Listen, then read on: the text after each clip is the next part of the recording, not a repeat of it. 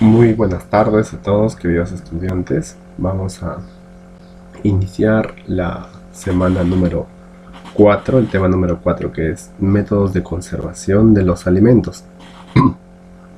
Esta es la última unidad eminentemente teórica. A partir de esta, es decir, la siguiente semana, vamos a empezar con la elaboración de productos. Entonces quisiera también que puedan estar haciendo el seguimiento con sus sílabos para que puedan anticipar la elaboración de dicho producto en función a las semanas que nos corresponde. Muy bien, entonces vamos a empezar viendo un video sobre la seguridad alimentaria. Quiero que vean este video porque es bien interesante. Es un video corto de 3 minutos que muestra la trágica realidad de la comida perdida, de la comida desperdiciada. Todos los días a nivel mundial se desperdician, se echan a la basura toneladas y toneladas de comida. Y lo peor de todo es que no se desperdician solo comida, digamos, vegetales malogrados o frutas descompuestas, sino se desperdician y se pierden alimentos en perfecto estado de conservación. Y esto debido a ciertas características que tiene el mercado. Por esta razón, el BIT desarrolló un video sobre la seguridad alimentaria y su relación con la vida de la comida perdida. Entonces, veamos este video para poder comentar cuán importante es el tema de la conservación de alimentos.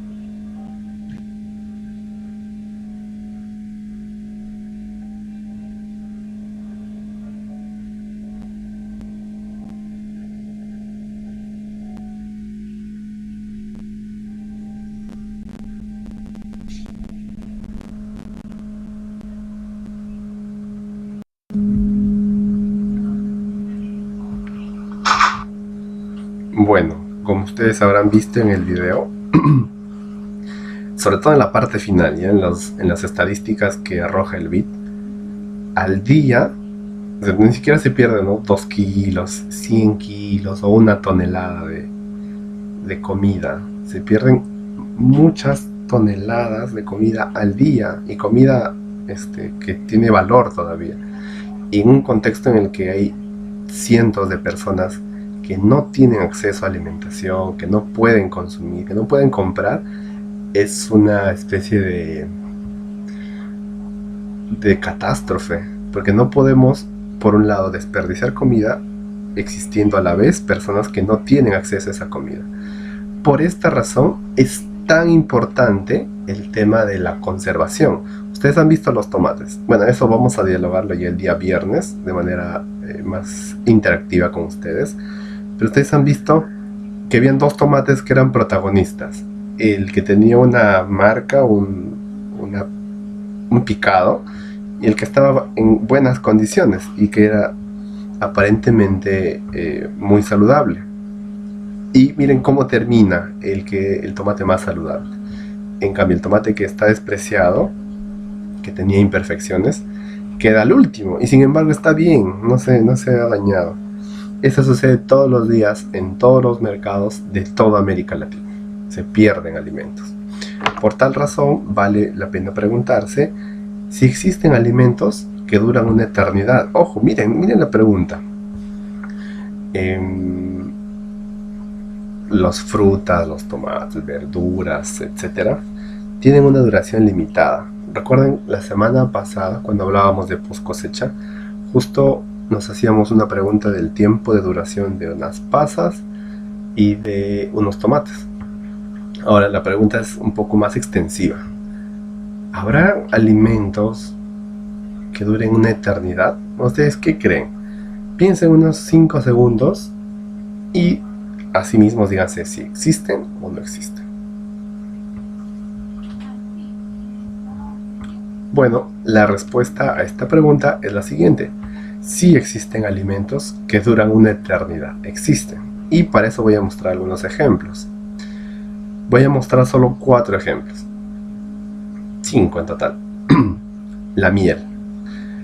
Hace algunos años se hizo un trabajo de arqueología en Egipto, por donde están las tumbas de los faraones, las pirámides, y se encontró junto a las momias miel que estaba enterrada junto a las tumbas de los faraones, cuya datación era de 3000 años.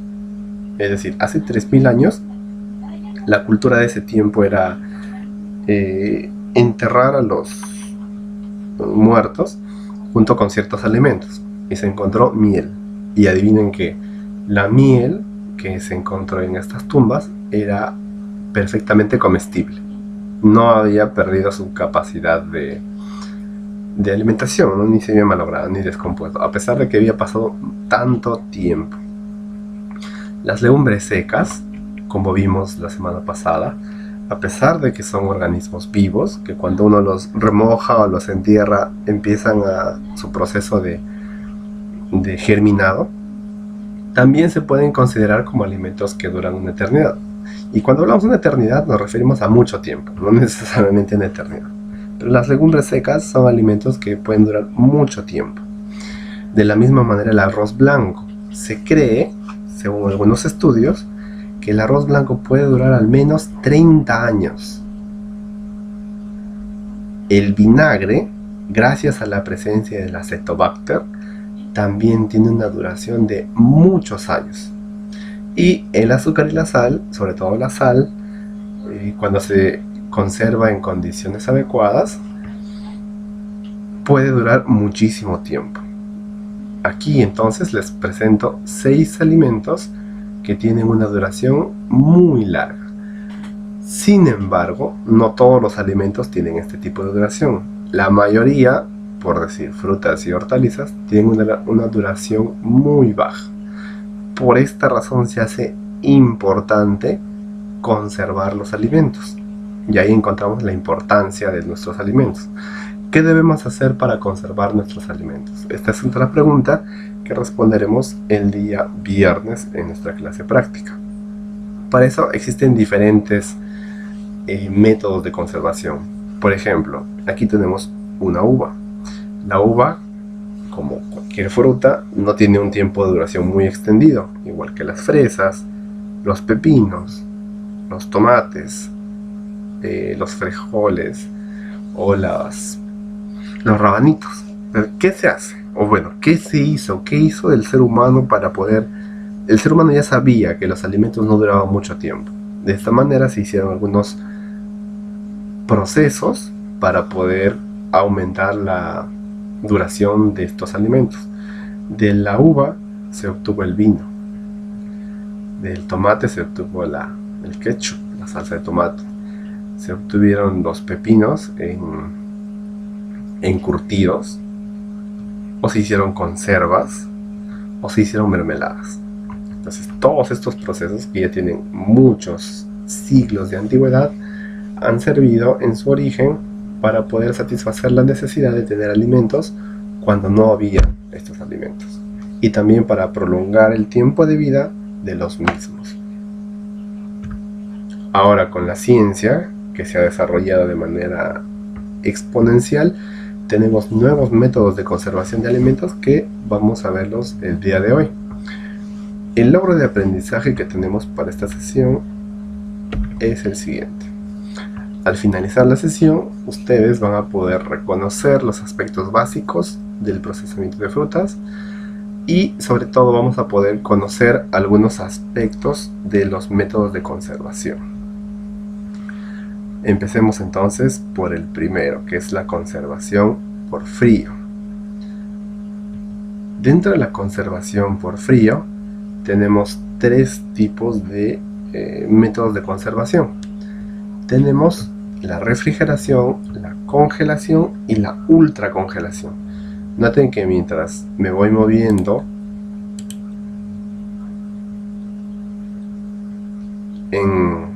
mientras voy avanzando, cada paso desciende más la temperatura. La refrigeración simplemente es el descenso de temperatura antes del punto de congelación, es decir, antes de llegar a 0 grados Celsius. ¿Qué se logra con la refrigeración? Se logra disminuir la velocidad de las reacciones químicas y también la proliferación de microorganismos. Al disminuir la velocidad de reacciones químicas, los microorganismos tienen menor capacidad de reacción y de actividad biológica. Por eso cuando guardamos nuestros alimentos en la refrigeradora pueden durar más tiempo del normal. Piensen, por ejemplo, cuando tienen un plato caliente, se enfría, es decir, un sobrante del almuerzo o de la cena, por ejemplo. Si dejamos este plato en el medio ambiente, al día siguiente es posible que ya tenga hongos o tenga una presencia de bacterias.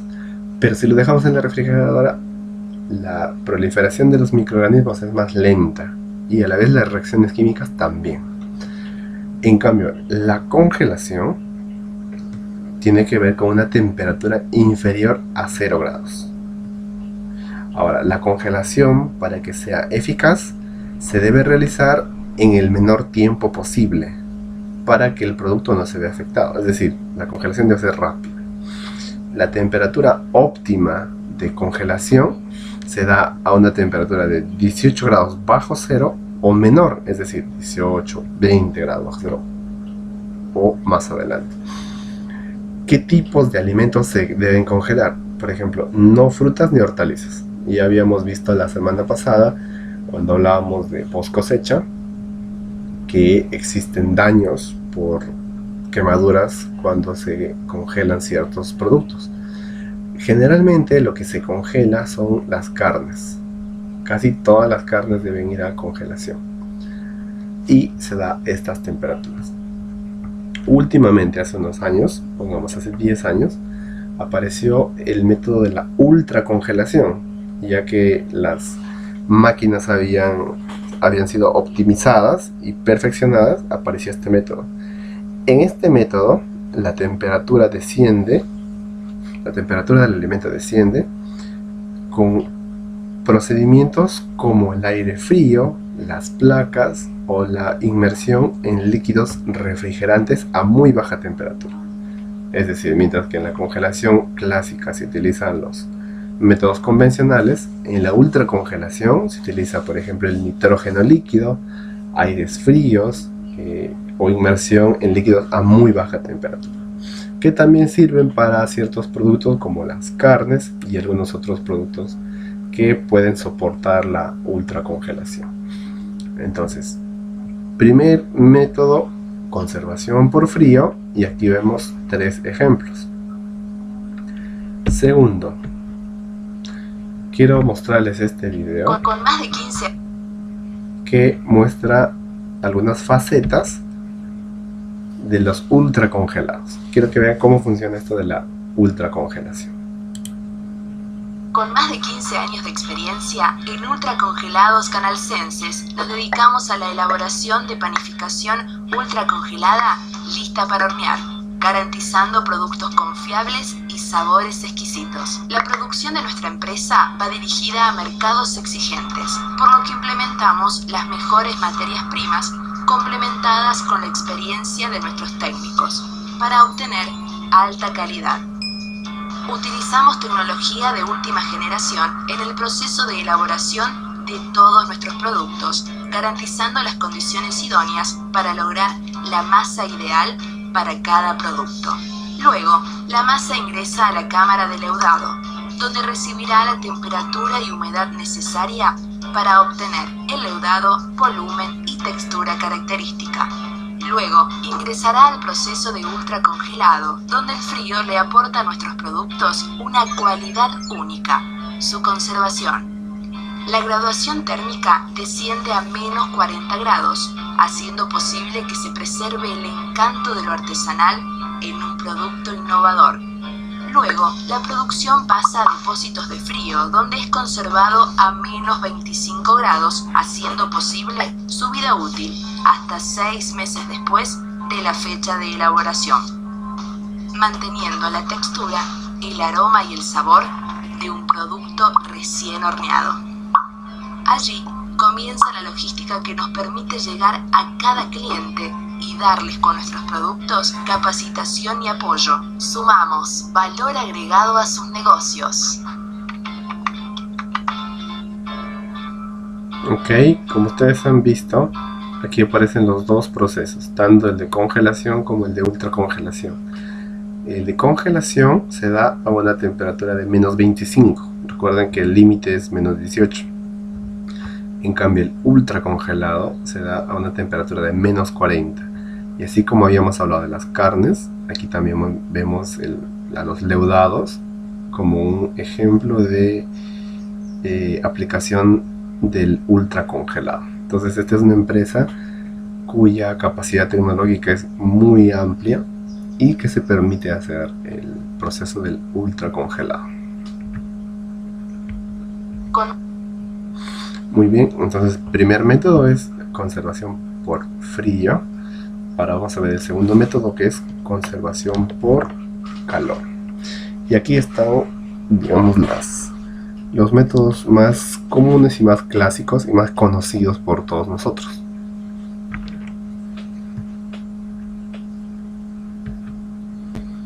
Aquí vemos 3 métodos: el escaldado, la pasteurización y la esterilización. Noten que a veces se confunde pasteurización con esterilización. Así como congelado y ultracongelado tiene una diferencia en cuanto a la aplicación del calor. Empecemos con el escaldado, que es uno de los procesos más fáciles y utilizados en la industria. El escaldado es simplemente la inmersión en agua hirviendo o en agua a una temperatura elevada, más de 80, y su posterior envasado en bolsas de congelación al vacío. ¿Cómo funciona el escaldado en términos más sencillos? Es colocar por ejemplo, una fruta, una hortaliza en agua hirviendo por 3 minutos o menos. De esa manera, las enzimas del producto se inactivan y el producto mantiene su color, sus propiedades organolépticas y puede ser o bien envasado, como en este caso, o puede pasar a otras etapas. Generalmente se utiliza, por ejemplo, cuando se utilizan conservas de frutas, cuando se realizan mermeladas o néctares. Este proceso se hace no solamente para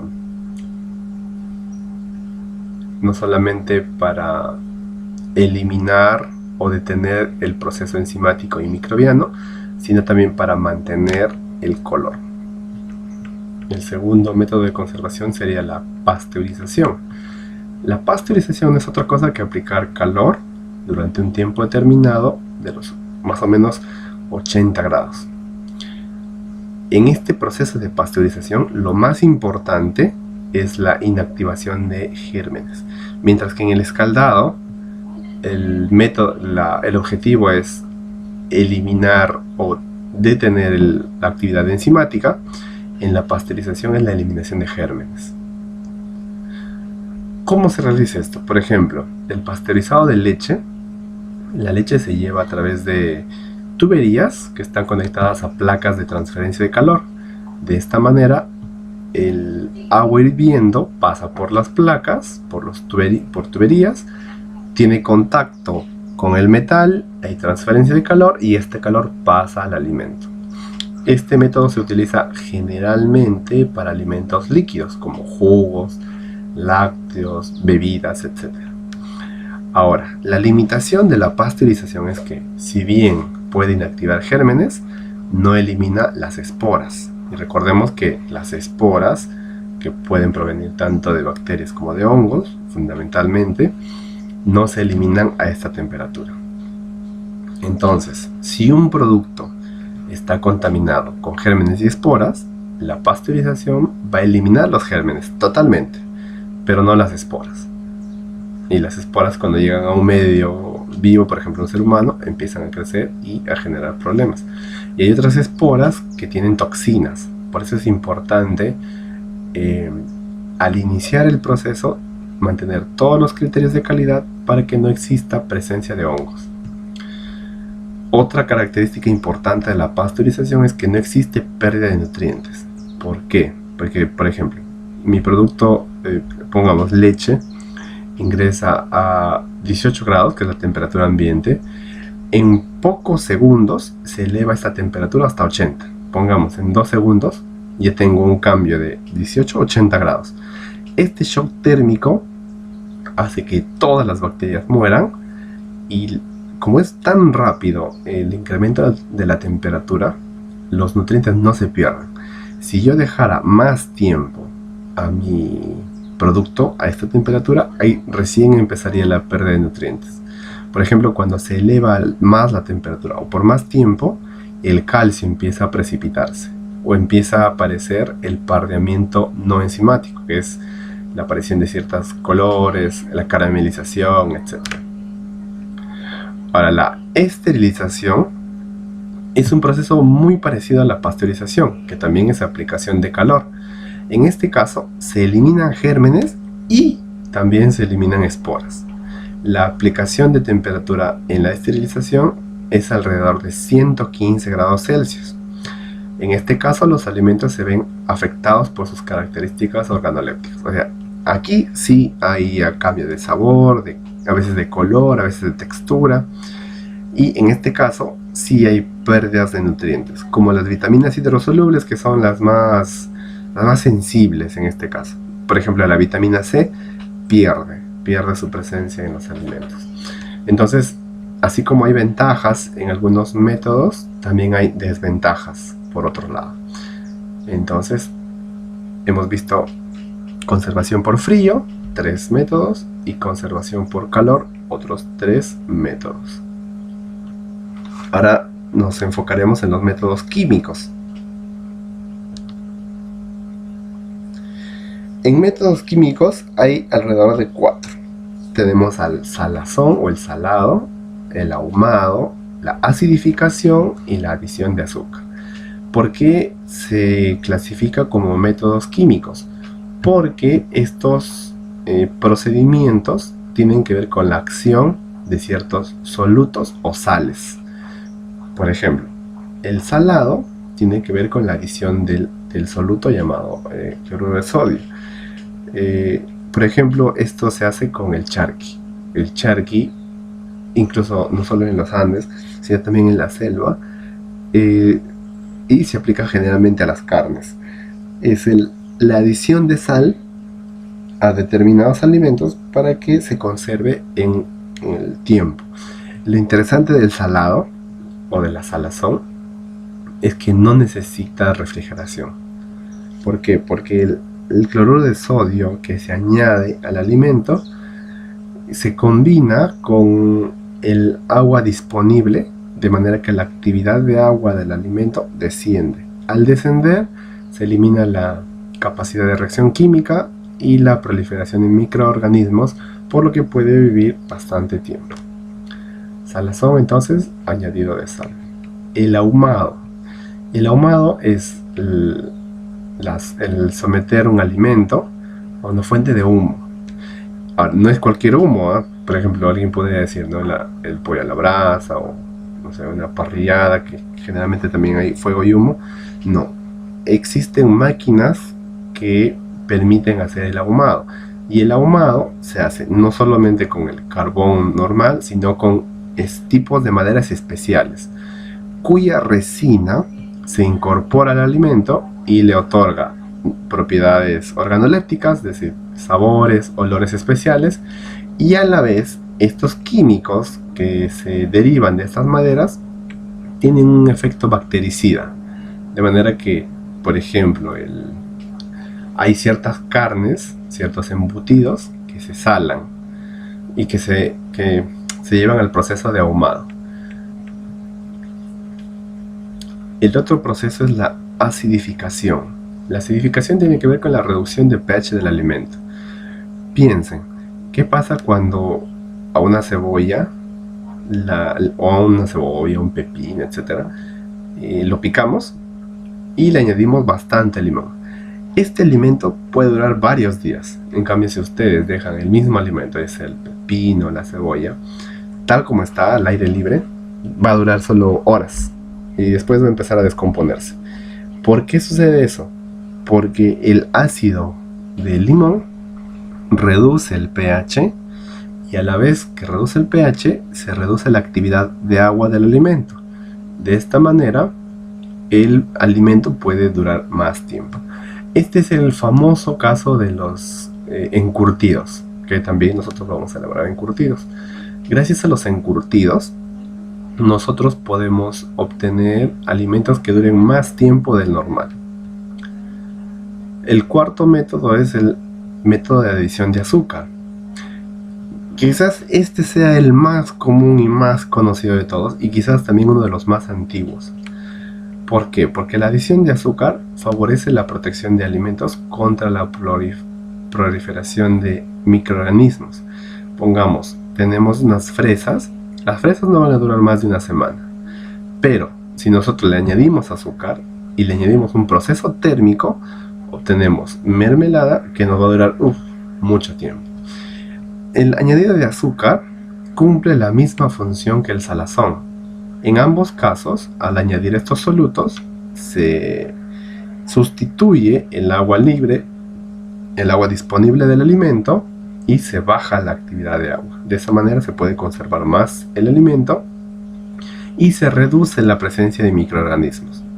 Sin embargo, a pesar de que la adición de azúcar sea un método recomendable, sobre todo para frutas, el peligro es que al tener presencia de azúcar, posteriormente, si no se hace un buen manejo del almacenamiento de estos productos, puede ser que en determinado momento haya una invasión de hongos. Esto sucede generalmente, por ejemplo, con leches condensadas, manjares o mermeladas. Si no se hace si no se almacena en buenas condiciones, o si el ambiente, el aire en el cual se producen estos alimentos está contaminado, se eliminan los microorganismos, es decir, las bacterias, pero existe la posibilidad de que haya una invasión de hongos después. Entonces hay que tener mucho cuidado con estos productos con adición de azúcar. Y finalmente vamos a ver otros métodos. Hay otros métodos también que se utilizan para la conservación de alimentos. Vamos a ver cuáles son. Tenemos la deshidratación, la liofilización y la irradiación. Estos métodos se consideran por separado de los anteriores, porque si bien es cierto, utilizan calor u utilizan otros medios, pero lo utilizan de otra forma. Entonces vamos a ver cómo funcionan estos. La deshidratación. La deshidratación simplemente es la reducción de actividad de agua, que no es otra cosa que el secado. Por ejemplo, cuando colocamos nuestras hierbas, hojas de hierbas al sol para que se sequen y duren más tiempo, tenemos o estamos ante un secado solar.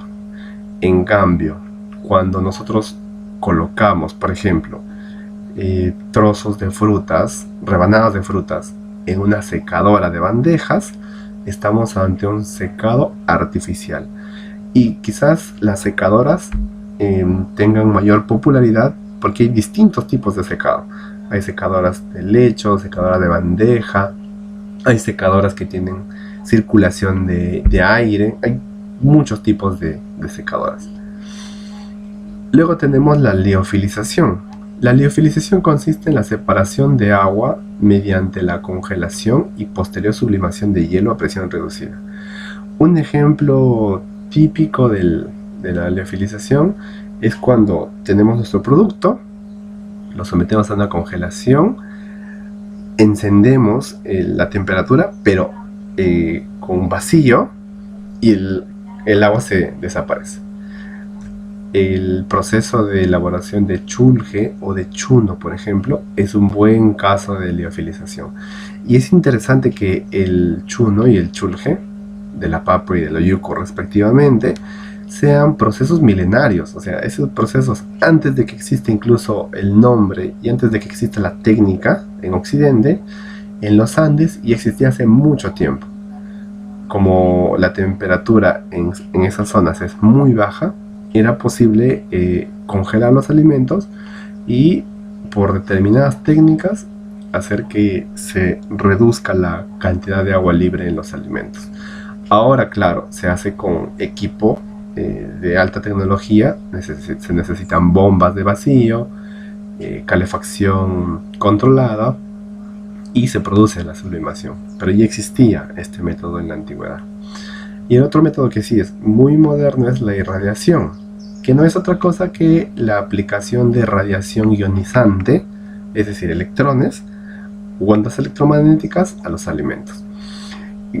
Ha habido un malentendido sobre la irradiación porque se consideraba que era un peligro para el ser humano. Es decir, comer alimentos irradiados, se pensaba que el ser humano iba a guardar radiación y comer radiación y que podía estar, por ejemplo, sometido a cierto peligro de cáncer. Últimamente han existido estudios que han demostrado que la radiación que se utiliza para la conservación de alimentos no tiene efectos negativos en el ser humano. Es de una frecuencia muy baja. Muy parecido al caso de los microondas. No se necesita abundante temperatura para... no hay tanto peligro al utilizar los microondas, que es más o menos la misma radiación que se utiliza para la conservación de alimentos. Ok, hemos visto entonces cuatro tipos de métodos de conservación. Vamos a hacer un repaso para pasar al tiempo de transferencia. Cuando hablamos de conservación por frío, vimos la refrigeración, la congelación y el ultracongelado. Y vimos un ejemplo de ultracongelado con productos fermentados. Y acá está el video.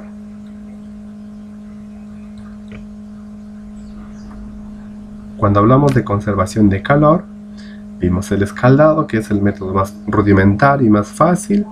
Vimos el pasteurizado y la esterilización. Igual, en ambos casos va incrementándose más la temperatura y el método de aplicación. Cuando vimos métodos químicos, vimos y la adición de solutos, en este caso de la sal, el humo proveniente de maderas con poco nivel de resina, la acidificación, que es la reducción de pH añadiéndole por ejemplo ácido cítrico, vinagre, etc. La adición de azúcar, que es la adición de sacarosa para la disminución de la actividad de agua libre, y otros métodos como el secado, que utiliza el calor para la eliminación del agua, el leofilizado y la irradiación. El día viernes, al momento de hacer la transferencia y el aprendizaje, vamos a utilizar una herramienta colaborativa para hacer un pequeño trabajo, y yo les voy a indicar cómo. Ese día vamos a hacer un breve repaso. También va a haber una evaluación. Esta vez es muy probable que la evaluación sea en Socrative. Y hemos utilizado Quizzes, luego vamos a utilizar Socrative, y así vamos a utilizar diferentes herramientas para poder utilizar las evaluaciones. La evaluación va a ser de esta sesión, y no se olviden que hay una asistencia que va a estar habilitada hasta las 3 de la tarde. Entonces nos vemos el día viernes con lo que quede de este video. Muy bien, ha sido un gusto. Nos vemos el día viernes.